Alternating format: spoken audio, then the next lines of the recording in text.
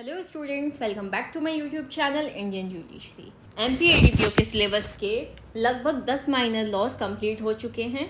आप एडीपीओ की प्लेलिस्ट पे जाके चेकआउट कर सकते हैं। आज हम इस वीडियो में the probation of offenders act start कर रहे हैं, जो कि 1958 का है। एक्ट नंबर 20 है 1958 का, और 16 मई 1958 को ये कमेंस हुआ था। माइनर लॉ है, टोटल सेक्शन है 19 और इन्फोर्समेंट डेट या इनेक्टमेंट डेट है 16 मई 1958। ठीक है, ये डेट्स आप अच्छे से याद कर लिया करिए, एग्जाम में आपसे पूछ सकते हैं। ठीक है, इस एक्ट को हिंदी में क्या बोलते हैं? अपराधी परिवीक्षा अधिनियम 1958। सबसे पहले तो हमें ये समझना होगा कि प्रोबेशन का मतलब क्या होता है, परिवीक्षा का मतलब क्या होता है। ये दो वर्ड्स बहुत ही कॉमन है, प्रोबेशन और पैरोल। पैरोल एक अलग चीज़ होती है और प्रोबेशन एक अलग चीज़ होती है। पहले तो हम इसे समरी वे में थोड़ा सा समझ लेते हैं। पैरोल में क्या होता है? जब किसी व्यक्ति को पैरोल पे रिलीज़ किया जाता है, यानी कि जब कोई व्यक्ति को पनिशमेंट दी जाती है, जेल में रखा जाता है, तो उसको उसके गुड कंडक्ट को देखते हुए, उसके आचरण को देखते हुए, उसको अपना टाइम पीरियड पूरा करने के पहले पैरोल पे रिलीज़ किया जाता है। और प्रोबेशन क्या है? प्रोबेशन एक ऑप्शन होता है। ठीक है, मतलब यहाँ पर जेल जाना ज़रूरी नहीं होता है। अगर कोर्ट को लगता है कि उस व्यक्ति को जिसने ऑफेंस किया है, अपराध किया है, उसको जेल की बजाय प्रोबेशन पे रिलीज़ कर दिया जाए, ठीक है, और उस पर कुछ ऐसी कंडीशंस इम्पोज कर दी जाएं कि वो सुधर सके, है ना। हमारे जो इंडियन लॉज हैं वो किस थ्योरी पे काम करते हैं? रिफॉर्मेटिव थ्योरी पे काम करते हैं। ठीक है, उद्देश्य ये रहता है कि उस व्यक्ति को सुधारा जाए, अगर वो सुधर सकता है तो, है ना। फिर बाकी सेकंड ऑप्शन तो है ही फिर जेल।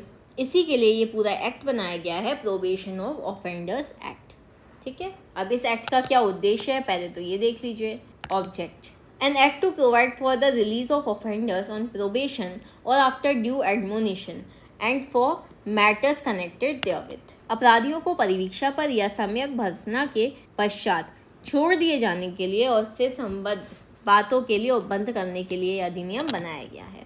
ठीक है, एडमोनिशन क्या होता है? एक तरीके से किसी को वार्न करना, ठीक है, वार्निंग पे छोड़ना या चेतावनी देना। ठीक है, तो ये एक्ट प्रोवाइड करता है ऑफेंडर्स का रिलीज। ठीक है, ऑफेंडर्स को रिलीज करना किस पे? प्रोबेशन पे, उनको चेतावनी देने के बाद, और उससे कनेक्टेड मैटर से ये डील करता है। It is enacted by the parliament in the 9th year of Republic of India. Republic India के कौन से वर्ष में ये लागू हुआ था? 9वें वर्ष में। ठीक है, चलो सेक्शन 1 देख लेते हैं इसका। Short title: extend and commencement. इस एक्ट का नाम क्या है? प्रोबेशन ऑफ ऑफेंडर्स एक्ट 1958, अपराधी परिवीक्षा अधिनियम। और ये एक्सटेंड कहाँ करता है? होल ऑफ इंडिया, संपूर्ण भारत पर ये एक्ट लागू होता है। ठीक है, अभी 2019 के अमेंडमेंट से जम्मू और कश्मीर वाला पार्ट हट गया है, तो संपूर्ण भारत पर लागू होता है। प्लस सेक्शन 18, यहाँ पे हम प्लस सेक्शन 18 एंड सेक्शन 19 भी पढ़ेंगे साथ में इसके, क्योंकि ये नॉन एप्लीकेबिलिटी पे है ये। ठीक है, संपूर्ण भारत पर तो लागू होता है, लेकिन सेक्शन 18 और सेक्शन 19 क्या कह रहे हैं पहले ये देखते हैं। Section 18, saving of operation of certain enactment. ठीक है, कुछ इनेक्टमेंट्स हैं जिन पर ये लागू नहीं होता। Nothing in this act shall affect the provision of section 31 of reformative schools, ठीक है, या subsection 2 of section 5 of prevention of corruption act, या किसी अदर लॉ में जो किसी स्टेट से रिलेटेड है, जुवेनाइल ऑफेंडर या बॉस्टल स्कूल्स के लिए। ठीक है, यहाँ से क्वेश्चन भी बन सकता है। मान लीजिए आपको ऑप्शन में तीनों चीज़ें दे दी और फिर चौथी आपको कोई दूसरा एक्ट दे दिया, तो आप फिर कंफ्यूज हो जाओगे। ठीक है, तो ध्यान रख लीजिए, इनको पॉइंट में नोट कर लीजिएगा। रिफॉर्मेटरी स्कूल एक्ट के सेक्शन 31 के प्रोविजंस को अफेक्ट नहीं करता ये। ठीक है, प्रिवेंशन ऑफ करप्शन एक्ट के सेक्शन 5 के सबसेक्शन 2 को अफेक्ट नहीं करता, और जुवेनाइल ऑफेंडर्स या बॉस्टल स्कूल्स से रिलेटेड जो लॉज हैं उन पर इस एक्ट का कोई प्रभाव नहीं होता। और सेक्शन 19 देखो क्या कह रहा है। Section 562 of code not to apply in certain areas. ठीक है, सेक्शन 562, यानी कि ये 562 कौन सा? पुरानी वाली जो सीआरपीसी थी ना, उसकी बात हो रही है। तो हमें यहाँ पे क्या पढ़ना है? सेक्शन 360 आज की सीआरपीसी का। तो सर्टेन एरियाज में सेक्शन 360 अप्लाई नहीं होता। Subject to the provision of section 18, section 562 यानी कि section 360 of CrPC shall cease to apply to the states और parts thereof in which this act is brought into force। Section 360 deal करता है CrPC का order to release on probation of good conduct और after admonition। ठीक है, तो section 360 apply नहीं होगी। कौन से एरियाज में? सेक्शन 18 के जो प्रोविजंस दिए गए हैं उन पर सेक्शन 360 CRPC अप्लाई नहीं करेगी, कुछ स्टेट्स पर या उनके किसी पार्ट पर। ठीक है, सेक्शन 360 का क्लॉज 10 क्या बोलता है कि इस सेक्शन की कोई भी बात probation of offender act, children act 1960 या किसी अदर लॉ पे प्रभावी नहीं होगी। तो ये दो सेक्शन जो हैं वो किससे डील करते हैं? नॉन एप्लीकेबिलिटी से। ठीक है, संपूर्ण भारत पर तो लागू होगा, लेकिन सेक्शन 18 और थोड़ा 19 को हमें साथ में पढ़ना है सेक्शन 1 के। यहाँ पे लिख लीजिए रीड विद सेक्शन 18 + 19। और ये कौन सी डेट को लागू हो रहा है? 16 मई 1958। चलो आ जाओ सेक्शन 2 पे। डील करता है डेफिनेशन से, परिभाषाएं। ए है कोड, यानी कि यहाँ पर CRPC कौन सी वाली है? 1898 वाली है, लेकिन हम समझने के लिए नए वाले CRPC के सेक्शंस पढ़े हैं साथ में। बी क्या है? Probation officer. अब परिवीक्षा अधिकारी भी होता है एक, an officer appointed to be a probation officer और recognised as such under section 13। ठीक है, सी में है प्रिस्क्राइब्ड यानी विहित, means prescribed by rules made under this act. और यहाँ पर हमें डी में एक बहुत अच्छी बात बता दी गई, क्लॉज डी में, वर्ड्स एंड एक्सप्रेशंस जो यहाँ पर यूज़ नहीं हुए हैं, ठीक है, और CRPC में डिफाइन हुए हैं, तो उनकी वही मीनिंग होगी जो CRPC में दी गई है। चलिए आ जाइए सेक्शन 3 पे। डील करता है power of court to release certain offenders after admonition. ठीक है, तो सेक्शन 3 क्या कह रहा है कि एडमोनिशन के बाद, यानी कि उनको वार्निंग देने के बाद, ऑफेंडर्स को चेतावनी देने के बाद कुछ ऑफेंडर्स को रिलीज करने की शक्ति किसके पास है? कोर्ट के पास है।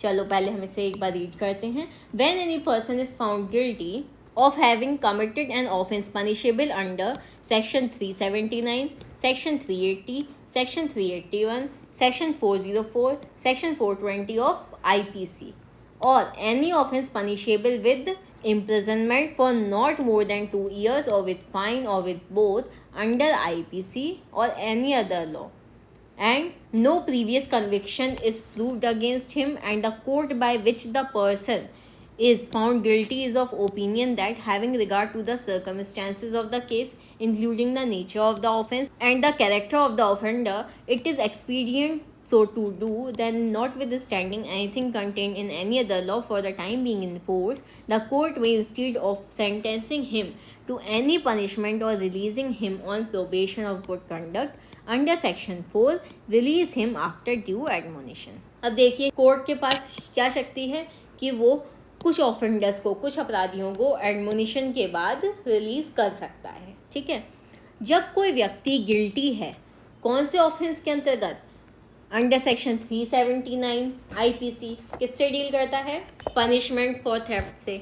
ठीक है, under section 380 theft in dwelling house et cetera, section 381 theft by clerk और servant of property in possession of master, या सेक्शन 404 किससे डील करता है? Dishonest misappropriation of property possessed by deceased person at the time of his death, और section 420 cheating and dishonestly including delivery of property. ठीक है, तो यदि कोई व्यक्ति इन अपराधों के अंतर्गत पनिशेबल है या किसी ऐसे ऑफेंस के अंतर्गत जो कि इम्प्रिजनमेंट तो है लेकिन 2 साल तक का कोई कारावास है, यानी 2 साल से ज़्यादा का नहीं है, या फाइन से या दोनों से IPC के अंतर्गत पनिशेबल है।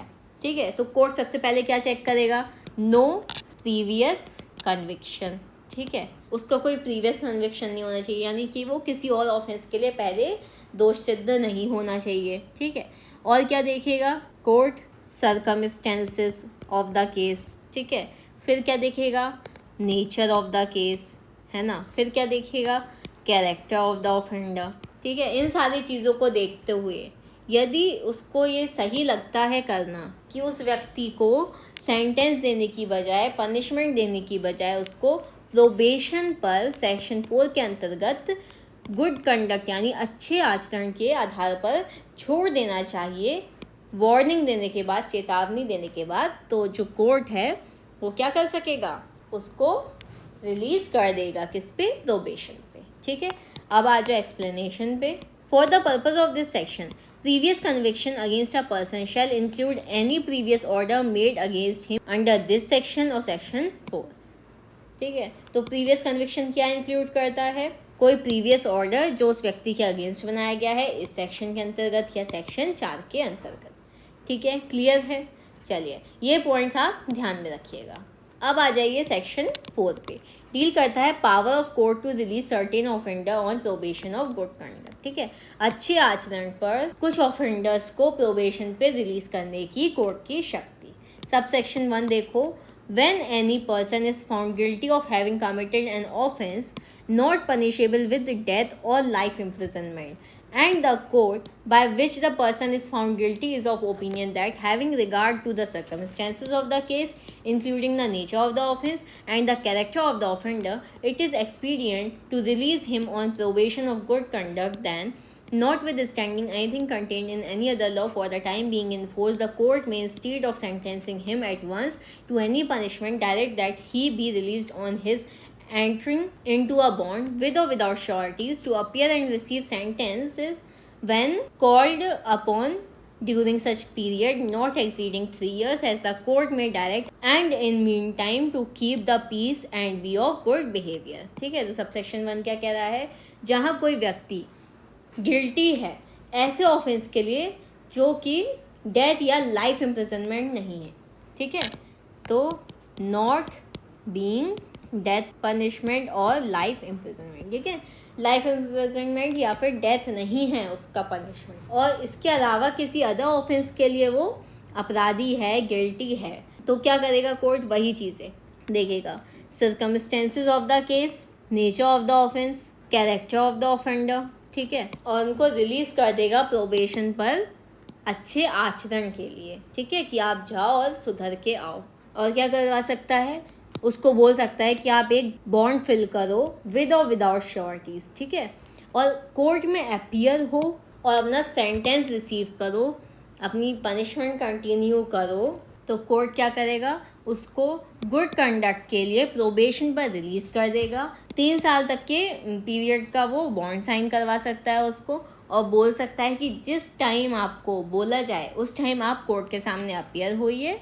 ठीक है, और अपना दंड आदेश प्राप्त करिए। ठीक है, फिर उसको वो सेंटेंस दे सकता है। और जो मीन टाइम होगा, यानी कि जब उसको प्रोबेशन पे छोड़ा जा रहा है, तो उस टाइम पे वो क्या करेगा? शांति रखेगा और गुड बिहेवियर यानी कि सदाचारी रहेगा। ठीक है, फिर से देख लो।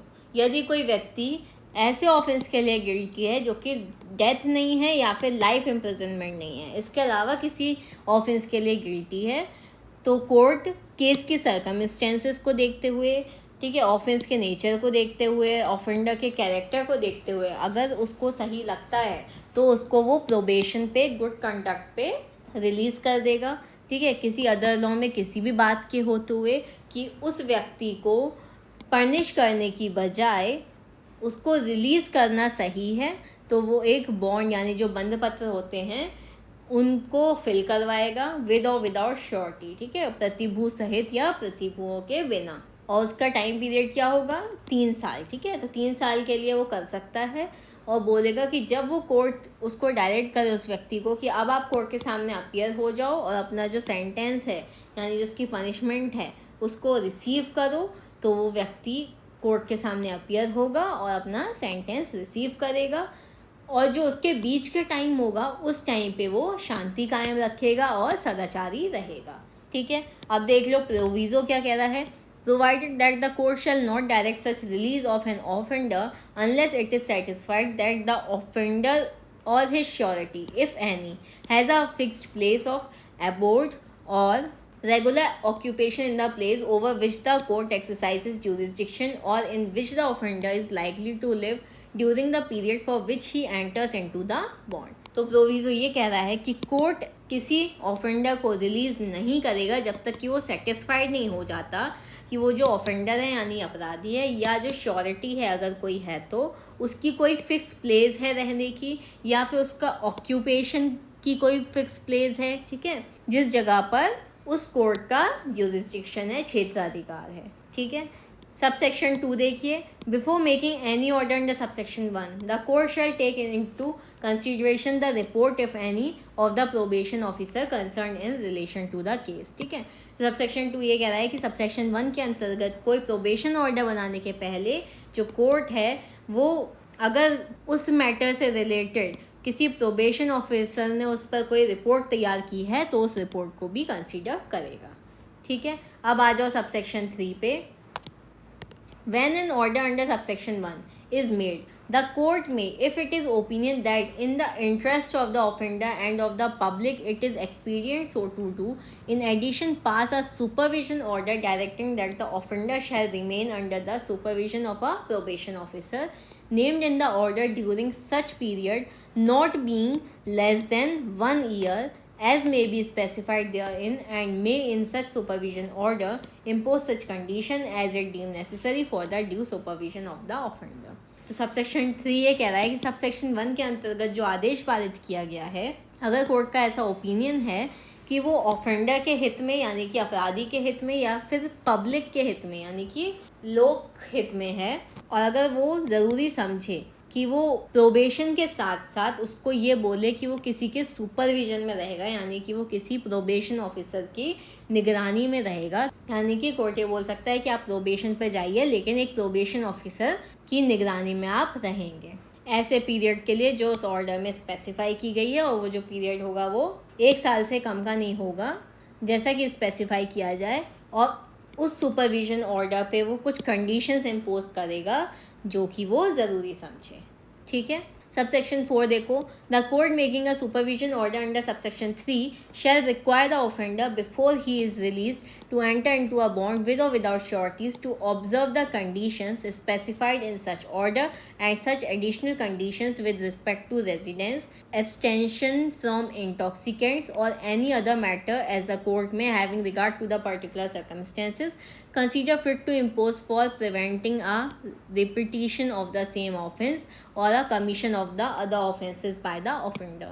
तो जो कोर्ट है वो सबसेक्शन 3 में जो सुपरविजन का ऑर्डर बनाएगा उसमें रिक्वायर करेगा, ऑफेंडर से अपेक्षा कर सकेगा कि वो रिलीज़ पे जाने से पहले, प्रोबेशन पे जाने से पहले एक बॉन्ड फिल करे, चाहे वो विद और विदाउट श्योरिटी हो, और उसमें स्पेसिफाई जो कंडीशन है उनको ऑब्जर्व करे, और अदर्स एडिशनल कंडीशन भी उसमें लगा सकता है उसके रहने को लेकर कि वो कहाँ पर रहेगा, कहाँ पर जाएगा, कहाँ पर नहीं जाएगा, ठीक है। और जो मादक पदार्थ हैं उनसे बचकर रहेगा, उनसे दूर रहेगा, ठीक है। मतलब जो उसने ऑफेंस किया है उनकी सर्कमस्टेंसेस को लेकर, उस किस सर्कमस्टेंसेस पर उसने वो ऑफेंस किया था, तो थोड़ा उन चीज़ों को ध्यान में रखते हुए कंडीशंस इम्पोज कर सकता है जिससे कि वो जो ऑफेंस है वो दोबारा से ना हो, ठीक है। अब आ जाओ सबसेक्शन 5 पे। The court making a supervision order under subsection 3 shall explain to the offender the terms and condition of the order and shall forthwith furnish one copy to the supervision order to each of the offenders, the sureties if any and the probation officer concerned। Subsection 5 ये कह रहा है कि subsection 3 के अंतर्गत बनाए गए supervision order की एक कॉपी प्रत्येक ऑफेंडर को, और अगर कोई श्योरिटी है तो उनको, और जो प्रोबेशन ऑफिसर हैं उनको प्रोवाइड करवाएगा, ठीक है। चलो अब आ जाओ सेक्शन 5 पे। डील करता है power of court to require released offender to pay compensation and cost, ठीक है। तो अभी हमने जो 2 पावर पढ़ी किसके बारे में पढ़ी, सेक्शन 3 में, कि वो एक तो एडमोनिशन के बाद यानी उसको चेतावनी देने के बाद रिलीज़ कर सकता है। सेक्शन 4 में कहा कि गुड कंडक्ट पर उसको रिलीज़ कर सकता है उसके अच्छे आचरण को देखते हुए, ठीक है। और सेक्शन 5 क्या कह रहा है कि ऑफेंडर को कब रिलीज़ किया सकता है, कि जब वो कंपनसेशन पे कर दे या कॉस्ट पे कर दे, ठीक है। सब सेक्शन 1 देखिए इसका।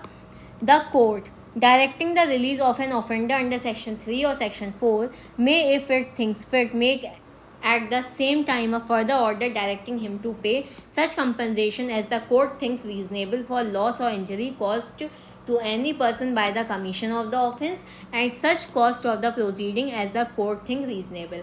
अब देखो यहाँ पे सेक्शन 5 के सबसेक्शन 1 में 2 कंडीशंस पर रिलीज़ कर सकता है उस व्यक्ति को, कि अगर वो कंपनसेशन पे कर दे उस व्यक्ति की लॉस या इंजरी के लिए जो उसको उस ऑफेंस के कमिटेड होने से हुई है।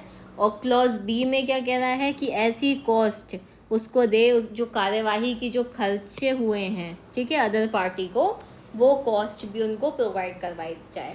तो इन दो कंडीशंस पर उसको रिलीज कर सकता है, ठीक है। और सबसेक्शन 2 कह रहा है the amount order to be paid under subsection 1 may be recovered as a fine in accordance with the provisions of section 386 and 387 of the code, ठीक है। तो सबसेक्शन 1 के अंतर्गत पे किया गया जो अमाउंट है वो रिकवर किया जा सकता है एज अ फाइन सेक्शन 386 और 387 CRPC के संबंध में। सेक्शन 386 ये पुरानी वाली है और नई वाली के अकॉर्डिंग सेक्शन 421 और 387 यानी सेक्शन 422 ऑफ CRPC। सेक्शन 421 किससे डील करता है? Warrant for levy of fine. और 422 किससे डील करता है? इफेक्ट ऑफ सच वारंट, ठीक है। तो उनके प्रोविजंस के अकॉर्डिंगली उसको रिकवर किया जा सकता है। सब सेक्शन 3 देखिए, a civil court trying any suit arising out of the same matter for which the offender is prosecuted shall take into account any amount paid or recovered as compensation under subsection 1 in awarding damages। तो उसी case में जिसके लिए offender prosecute किया जा रहा है, उसका अभियोजन किया जा रहा है, तो उसी सेम मैटर में अराइज होने वाले किसी वाद के लिए सिविल कोर्ट क्या कर सकता है? जो सबसेक्शन 1 में उसको कंपनसेशन ऑर्डर दिया है ना कि कंपनसेशन आप पे करो, ठीक है, तो डैमेज अवॉर्ड करते समय नुकसानी दिलाने में जो कंपनसेशन सबसेक्शन 1 में प्रोवाइड करवाया था वो भी काउंट करेगा, ठीक है। आ जाओ सेक्शन 6 पे। डील किससे कर रहा है? Restriction on imprisonment of offender under 21 years of age, ठीक है। 21 साल के अंदर का कोई जो व्यक्ति है जिसने ऑफेंस किया है उसके इम्प्रिजनमेंट पर रिस्ट्रिक्शन यानी कि उसके कारावास पर निर्बंधन। सब सेक्शन 1 देखो, when any person under 21 years of age is found guilty of having committed an offence punishable with imprisonment but not with life imprisonment, the court by which the person is found guilty shall not sentence him to imprisonment unless it is satisfied that having regard to the circumstances of the case, including the nature of the offence and the character of the offender, it would not be desirable to deal with him under section 3 or section 4, and if the court passes any sentence of imprisonment on the offender, it shall record its reasons for doing so। यदि कोई person जो 21 से कम का as का यानी 21 साल से कम की उम्र का है वो किसी ऑफेंस के लिए गिल्टी पाया जाता है और किसी ऐसे ऑफेंस के लिए जो कि जिसकी सज़ा इम्प्रिजनमेंट तो है लेकिन लाइफ इम्प्रिजनमेंट नहीं है, तो कोर्ट क्या करेगा? उसको इम्प्रिजनमेंट यानी कारावास से दंडित नहीं करेगा अनलेस इट इज़ सेटिस्फाइड, जब तक कि वो सेटिस्फाइड नहीं हो जाए, जब तक कि कोर्ट का समाधान नहीं हो जाए केस की सर्कमस्टेंसेस को देखते हुए, ऑफेंस के नेचर को देखते हुए और जो ऑफेंडर है, अपराधी है, उसके कैरेक्टर को देखते हुए कि उस व्यक्ति को सेक्शन 3 और सेक्शन 4 के अंतर्गत डील करना डिज़ायरेबल नहीं होगा। यानी कि जो अभी हमने सेक्शन 3 और सेक्शन 4 पढ़ा था कि उस व्यक्ति को सेक्शन 3 के अंतर्गत चेतावनी पर छोड़ना या सेक्शन 4 के अंतर्गत उसको गुड कंडक्ट पर छोड़ना डिज़ायरेबल नहीं है, ठीक है। और अगर वो कोर्ट उसको इम्प्रिजनमेंट पास करता है तो जो उसके ग्राउंड्स होंगे कि उसने उसको इम्प्रिजनमेंट क्यों पास किया है वो रीजंस उसको राइटिंग में रिकॉर्ड करेगा, ठीक है। सबसेक्शन 2 देखो, for the purpose of satisfying itself whether it would not be desirable to deal under section 3 और section 4 with an offender referred to in subsection 1, the court shall call for a report from the probation officer and consider the report if any and any other information available to it relating to the character and physical and mental condition of the offender। Subsection 2 ये कह रहा है court अपने आप को satisfy करने के लिए कि क्या ऑफेंडर को सेक्शन 3 या सेक्शन 4 के अंतर्गत डील करना डिज़ायरेबल नहीं है, तो कोर्ट क्या करेगी? प्रोबेशन ऑफिसर को बुलाएगी रिपोर्ट के लिए और रिपोर्ट को कंसीडर करेगी यदि कोई रिपोर्ट प्रोबेशन ऑफिसर ने बनाई है तो, और अदर इन्फॉर्मेशन को कंसीडर करेगी जो उस ऑफेंडर के कैरेक्टर से या उसकी फिजिकल और मेंटल कंडीशन से रिलेटेड हैं। ऐसी सभी चीज़ों को वो कंसीडर करेगी कि क्यों ऑफेंडर को सेक्शन 3 या सेक्शन 4 यानी उसको चेतावनी देने के बाद या फिर उसको गुड कंडक्ट पर क्यों नहीं छोड़ा जा सकता है, इस बात का सेटिस्फेक्शन करेगी। सारे ही मटीरियल्स को ध्यान में रखते हुए। ठीक है, चलिए आ जाइए सेक्शन 7 पे। डील करता है report of probation officer to be confidential. ठीक है, तो जो प्रोबेशन ऑफिसर की वो रिपोर्ट होगी वो कॉन्फिडेंशियल होगी, गोपनीय होगी। The report of a probation officer referred to in subsection 2 of section 4 और subsection 2 of section 6 shall be treated as confidential. ठीक है, तो प्रोबेशन ऑफिसर की रिपोर्ट जो सेक्शन 4 के सबसेक्शन 2 में बनाई गई है या सेक्शन 6 के सबसेक्शन 2 में बनाई गई है वो गोपनीय होगी, वो कॉन्फिडेंशियल होगी। अब देख लो प्रोविजो इसका। प्रोवाइडेड दैट द कोर्ट में if it so things fit communicate the substance thereof of the offender and may give him an opportunity of producing such evidence as may be relevant to the matter stated in the report। लेकिन court क्या कर सकता है, अगर court ज़रूरी समझे तो उस ऑफेंडर से कम्युनिकेट कर सकता है, उसको उस रिपोर्ट के बारे में, जो प्रोबेशन ऑफिसर की रिपोर्ट यहाँ पे कॉन्फिडेंशियल बताई गई है, तो उसका जो सार है, ठीक है, उसके कुछ सब्सटेंसेस को ऑफेंडर के साथ कम्युनिकेट कर सकता है, उसको अपॉर्चुनिटी दे सकता है कि आप एविडेंस प्रोड्यूस करिए जो कि उस रिपोर्ट में दिए गए मैटर से रिलेवेंट हो। क्लियर है, चलो आ जाओ सेक्शन 8 पे। डील करता है variation of condition of probation. ठीक है, तो जो प्रोबेशन की कंडीशंस हैं उनमें फेरफार करना। सब सेक्शन 1 देखो। If on the application of a probation officer any court which passes an order under section 4 in respect of an offender is of opinion that in the interest of the offender and the public it is expedient or necessary to vary the conditions of any bond entered into by the offender, it may at any time during the period when the bond is effective vary the bond by extending or diminishing the duration thereof, so however that it shall not exceed 3 years from the date of the original order or by altering the conditions thereof or by inserting additional conditions therein। तो section 8 क्या कह रहा है कि जो court है वो probation की कंडीशंस में कुछ चेंजेस कर सकता है, उनमें फेरफार कर सकता है। जो कंडीशंस इम्पोज की हैं ऑफेंडर के ऊपर कोर्ट ने, उनमें कुछ मॉडिफिकेशन कर सकता है। यदि प्रोबेशन ऑफिसर की एप्लीकेशन पर, यदि परिवीक्षा अधिकारी के आवेदन पर कोई कोर्ट सेक्शन 4 के अंतर्गत कोई ऑर्डर पास करता है उस ऑफेंडर के रिस्पेक्ट में, और जहां कोर्ट का ऐसा ओपिनियन है कि ऐसा ऑर्डर ऑफेंडर के हित में है या लोक हित में है, और ऐसा करना ज़रूरी है कि उन कंडीशन में जो बॉन्ड में लगाई गई हैं उस ऑफेंडर के ऊपर, उसमें कुछ फेरफार कर सके, कुछ चेंजेस कर सके किसी भी टाइम पे जब तक वो बॉन्ड इफेक्टिव रहता है। ठीक है, जब तक वो बंद पत्र का ड्यूरेशन कंटिन्यू रहता है, किसी भी समय उसमें फेरफार कर सकता है और उस ड्यूरेशन को एक्सटेंड भी कर सकता है और डिमिनिश भी कर सकता है, लेकिन वो पीरियड 3 साल से ज़्यादा का नहीं होगा ओरिजिनल ऑर्डर की डेट से। और कोर्ट वो कंडीशंस जिस पर ऑफेंडर को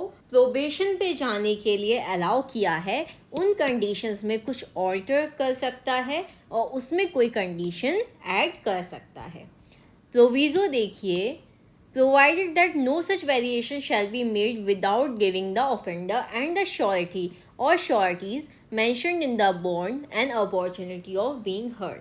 लेकिन कोई भी वेरिएशन, कोई भी फेरफार बिना सुनवाई के नहीं की जा सकती। ठीक है, अपॉर्चुनिटी ऑफ बीइंग हर्ड ज़रूरी है यहाँ पर किसी भी कंडीशन को वेरी करने के लिए। और किस किस को सुना जाएगा, ऑफेंडर को भी सुनने का मौका दिया जाएगा और जो श्योरिटीज़ हैं उनको भी सुना जाएगा।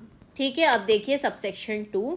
If any surety refuses to consent to any variation proposed to be made under subsection 1, the court may require the offender to enter into a fresh bond, and if the offender refuses to fails to do so, the court may sentence him for the offense of which he was found guilty। यदि कोई surety refuse कर देता है जो variation propose की है subsection 1 में, यानी कि अगर कोर्ट ने सबसेक्शन 1 में कोई कंडीशंस चेंज की हैं और जो श्योरिटी है वो क्या कर देता है, मना कर देता है उन चेंजेस को करने के लिए कोर्ट को, तो कोर्ट ऑफेंडर से ये अपेक्षा कर सकेगा कि वो एक फ्रेश बॉन्ड यानी कि एक नया बंद पत्र बनाए। और यदि ऑफेंडर रिफ्यूज कर देता है या नया बंद पत्र बनाने में असमर्थ होता है तो कोर्ट उसको उस ऑफेंस के लिए गिल्टी मानेगा जो ऑफेंस उसने किया है, ठीक है, यानी कि उसको ओरिजिनल ऑफेंस के लिए पनिशमेंट दे दिया जाएगा। अब देखिए subsection 3, not with standing anything here in before contained, the court which passes an order under section 4 in respect of an offender may, if it is satisfied on an application made by the probation officer that the conduct of the offender has been such as to make it unnecessary that he should be kept any longer under supervision, discharge the bond or bonds entered into by him। इस subsection के पहले किसी बात के होते हुए भी अगर कोर्ट सेक्शन 4 के अंतर्गत कोई ऑर्डर पास करता है किसी ऑफेंडर से रिलेटेड और यदि वो प्रोबेशन ऑफिसर के द्वारा बनाई गई एप्लीकेशन पर सेटिस्फाइड हो जाता है कि जो कंडक्ट है ऑफेंडर का, यानी कि जो आचरण है ऑफेंडर का, उसको देखते हुए प्रोबेशन ऑफिसर को ऐसा लगता है कि उसको निगरानी में रखना अनावश्यक है, ज़रूरी नहीं है, तो वो क्या करेगा, कोर्ट को बोलेगा और जब कोर्ट सेटिस्फाई हो जाएगा तो जो उसका बॉन्ड है जो ऑफेंडर ने बनाया था उसको डिस्चार्ज कर देगा या उन्मोचित कर देगा। अब आ जाइए सेक्शन 9 पे, डील करता है procedure in case of offender failing to observe conditions of bond. ठीक है, अब प्रोसीजर क्या होगा यदि ऑफेंडर बॉन्ड की कंडीशंस को ऑब्जर्व करने में, फुलफिल करने में फेल हो जाता है। Subsection 1, if the court which passes an order under section 4 in respect of an offender or any court which could have dealt with the offender in respect of his original offense has reason to believe on the report of a probation officer or otherwise that the offender has failed to observe any of the conditions of the bond or bonds entered into by him, it may issue a warrant for his arrest or may, if it thinks fit, issue a summon to him and his sureties, if any, requiring him or them to attend before it at such time as may be specified in the summons।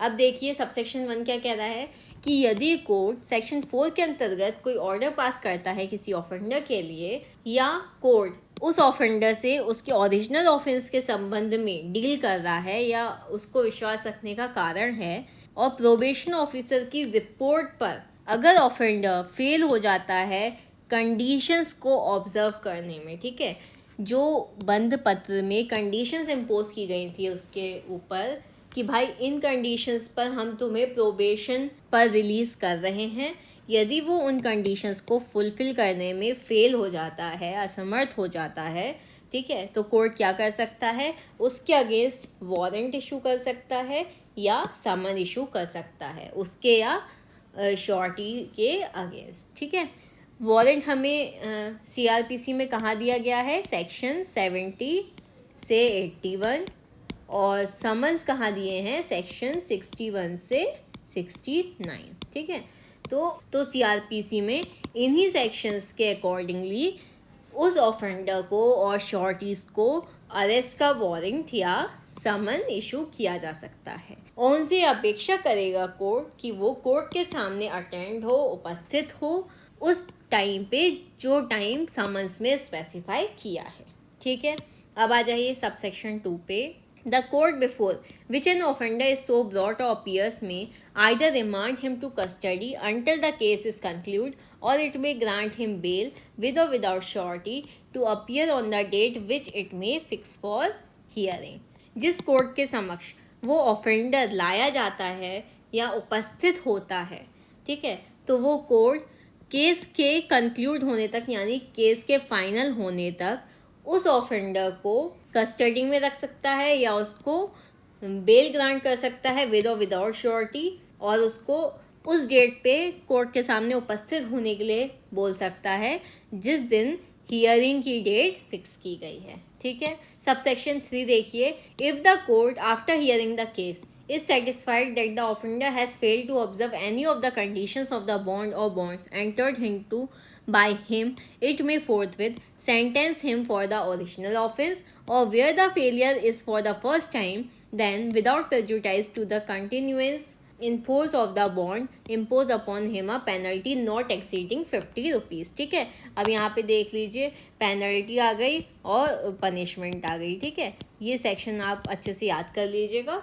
ये आपसे पूछ सकते हैं। Penalty और punishment सभी acts की important होती है।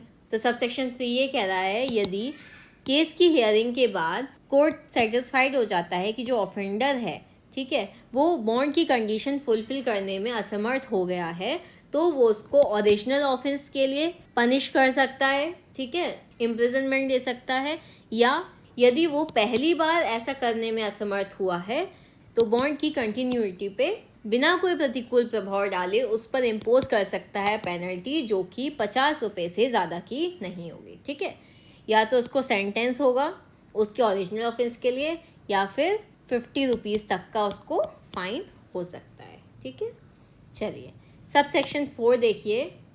If a penalty impose under clause B of subsection 3 is not paid within such period as the court may fix, the court may sentence the offender for the original offense। अब यहाँ पर ये भी बोल दिया गया कि सबसेक्शन 3 के क्लॉज बी में, यानी कि जो 50 रुपये का फाइन लगाया जा रहा था, अगर वो उसको उस पीरियड में पे नहीं करता जैसा कि कोर्ट ने फिक्स किया है, तो कोर्ट उसको ओरिजिनल ऑफेंस के लिए पनिशमेंट भी दे सकती है। क्लियर है? सेक्शन 9 प्रोसीजर समझ में आ गया आपको। सेक्शन 8 में आपका वेरिएशन आपको समझ में आ गया। चलिए अब आ जाइए सेक्शन 10 पे। डील करता है प्रोविजन एज टू श्योरिटीज। ठीक है, श्योरिटीज के लिए उपबंध, प्रतिभूओं के बारे में उपबंध। The provision of section 122, 126, 126A, 406A, 514, 514A, 514B and 515 of the Code shall so far as may be applied in the case of bonds and sureties given under this Act। ठीक है, तो यहाँ पर कुछ प्रोविजंस दिए गए हैं आपको पुराने CRPC के अकॉर्डिंग, जो कि श्योरिटीज पर लागू होंगे। आप बेरेट में नोट कर लीजिए, जैसे मैंने यहाँ पर लिख रखा है सेक्शन 122 आज की CRPC का कौन सा सेक्शन है? सेक्शन 121। और सेक्शन 121 डील करता है पावर टू रिजेक्ट श्योरिटीज। ठीक है, नेक्स्ट प्रोविजन दिया है 126 पुरानी CRPC का। आज की CRPC का कौन सा सेक्शन है? 444 डील करता है डिस्चार्ज ऑफ श्योरिटीज से। ठीक है, नेक्स्ट प्रोविजन दिया है 126A, और ये आज की CRPC का कौन सा सेक्शन है? 124 डील करता है surety for unexpired period of bond. Next provision है 406A, आज की CRPC का कौन सा सेक्शन है? सेक्शन 373 डील करता है appeal from orders requiring security और रिफ्यूजल टू एक्सेप्ट और rejecting surety for keeping peace और गुड बिहेवियर। नेक्स्ट प्रोविजन दिया है सेक्शन 514, आज की CRPC का कौन सा सेक्शन है? 446 डील करता है procedure when bond has been forfeited. Next section दिया है 514A, आज की CRPC का कौन सा सेक्शन है? सेक्शन 447 डील करता है procedure in case of insolvency और डेथ ऑफ श्योरिटी और when a bond is forfeited. Next provision दिया है हमें 514B, आज की CRPC का कौन सा सेक्शन है? 448 डील करता है bond required from minor. Next और लास्ट प्रोविजन हमें यहाँ पे दिया है सेक्शन 515, आज की CRPC का कौन सा सेक्शन है? सेक्शन 450 डील करता है power to direct levy of amount due on certain recognizances. ठीक है, तो आज के CRPC के हिसाब से ये वाले प्रोविजंस जो हैं आप नोट कर लीजिए वीडियो को पॉज करके अपने BR एक्ट में। तो ये सभी प्रोविजंस इस एक्ट के अंतर्गत दिए गए बॉन्ड्स और श्योरिटीज को लागू होंगे। आई होप आप लोगों को सेक्शन 10 तक अच्छे से क्लियर हो गया होगा। रिमेनिंग सेक्शन हम नेक्स्ट वीडियो में पढ़ेंगे। वीडियो पसंद आई हो तो please do like, share, comment and subscribe our channel. Thank you for watching.